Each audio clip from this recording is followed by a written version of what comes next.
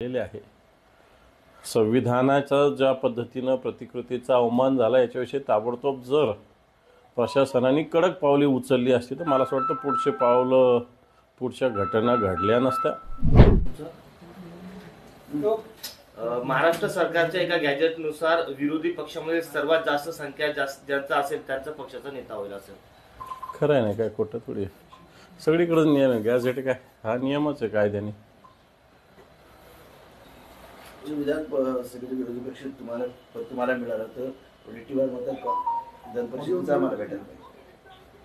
मला असं वाटतं अजून बाजारात तुरी आहे, त्यामुळे ज्या तुरी बाजारात आहे अजून त्याच्यावर फार चर्चा करावी असं मला तरी वाटत नाही. कारण अजून या सगळ्या गोष्टीचा खुलासा व्हायचा आहे आणि खुलासा झाल्यानंतर या गोष्टी होतील. महाविकास आघाडी एकत्रित बसून याच्याविषयी निर्णय घेईल. शिवसेना शिंदे गटाला असं वाटतंय की महायुती सरकारमधील त्यांची शक्ती कमी करण्यासाठी भाजप आणि राष्ट्रवादी प्रयत्न करत आहेत किंवा काम करत आहेत. हे तर केलंच ना त्यांनी.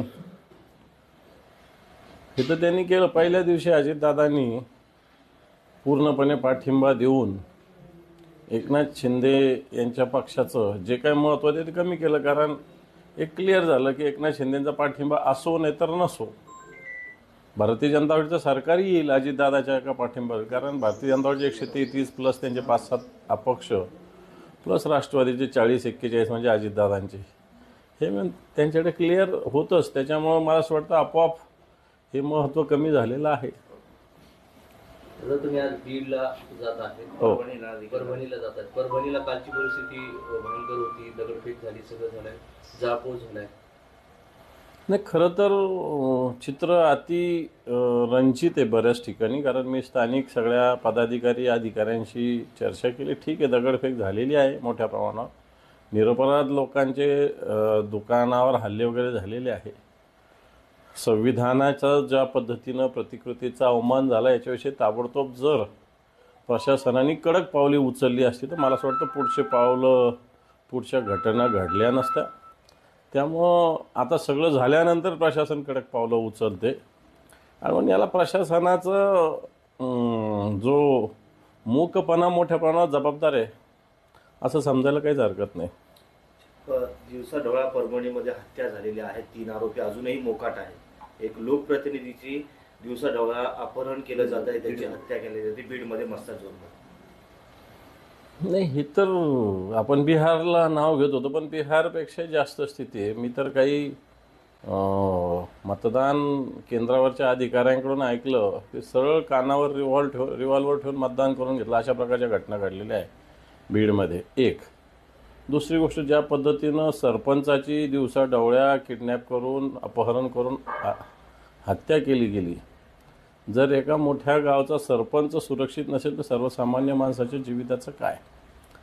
लोकांनी गपचूप बसायचं? लोकांनी आवाज उठवायचा नाही का? मग तर अशी स्थिती राज्यामध्ये अनेक ठिकाणी आता निर्माण झालेली. दादा, लोटस ऑपरेशन जे भाजपचं आहे त्यामुळे आता भाजपचं टेन्शन वाढलंय. कारण सत्तेत वाटेकरी वाढले आणि त्यामुळे भाजपमधील अनेक नेते जे आहेत तर अस्वस्थ आहेत. पहिली गोष्ट, ते लोटस बिटस जे म्हणताय आपण हे सोपं नसतं. कारण जनतेनं निवडून दिलेलं आहे लोकांना. जनतेचं जनमत ज्या बाजूचं आहे त्या बाजूचे निवडून ते आलेले आहेत आणि अशा पद्धतीनं कोणी त्याला बळी पडलं तर मला वाटतं जनतेचा रोष त्याला ओढवून घ्यावा लागेल. अनेक घटना घडलेल्या आहेत. अशा प्रकारे पक्षांतर केल्यानंतर त्यांचा पराभव झाल्याच्या अनेक घटना घडलेल्या आहेत आणि मला असं वाटत नाही की कोणी अशा पद्धतीनं अशा ऑपरेशनला बळी पडेल. संजय राठोड यांना मंत्रिमंडळात डच्चू मिळतोय, त्यामुळे आता त्यांनी स्वतःच एक पोस्ट करून व्हिडिओ करून माझ्यावर सगळे आरोप लावण्यात आले ते खोटे वगैरे असं सांगत त्यांच्या जीवारी लागलेला आहे असं. मला नाही माहिती त्या गोष्टी. मला अजून मंत्रिमंडळाची यादीच नाही, तर संजय राठोड आहे नाही आहे मी कसं समजू शकतो? शरद पवार साहेबांचा वाढदिवस आहे आणि त्यांच्या बंगल्यावर अजित पवार गटाचे राष्ट्रवादी काँग्रेसचे सर्व नेते आणि सुनील तटकरे हे शुभेच्छा देण्यासाठी गेलेले आहेत. आणि त्याला धरूनच अजित पवारांनी ट्विट करून शुभेच्छा पण दिल्या. शुभेच्छा अजित पवारांनी देणं काय वाईट अशातला काय भाग नाही. यात आपल्या महाराष्ट्रातला एक सगळ्या नेतृत्वाचा एक समंजसपणा असतो, सुसंस्कृतपणा असतो. ट्विट करून शुभेच्छा देणं अजितदादांना मला असं वाटत नाही काही वावगं आहे. धनंजय मुंडे यांच्या समर्थकावर एक खंडणीचा काल गुन्हा दाखल झाला आहे बीडमध्ये, आणि त्यात जो आरोपी आहे तोच आरोपी संतोष वाघ यांच्या खून प्रकरणातील एक आरोपी आहे. सरपंच हे सगळं लक्षात येतं ना, लिंक कुठून कुठपर्यंत पोहोचती, याच्यात कोण दोषी आहे, कोण या सगळ्या गोष्टी चालवतात, हे मला असं वाटतं या सगळ्या गोष्टी याच्यातून सुस्पष्ट होत आहेत. भाजपचे अधिवेशन जानेवारीमध्ये छत्रपती संभाजीनगरमध्ये होणार आहे आणि 30,000 भाजपच्या कार्यकर्त्यांना ते या ठिकाणी निमंत्रित करणे, एक प्रकारे पुढे होणाऱ्या निवडणुकांचं बिगुल इथून वाजणार आहे अशा पद्धतीचं सांगितलं जातं. कसं बघतात? मला नाही माहिती त्याला काय अजून आहे की नाही आहे.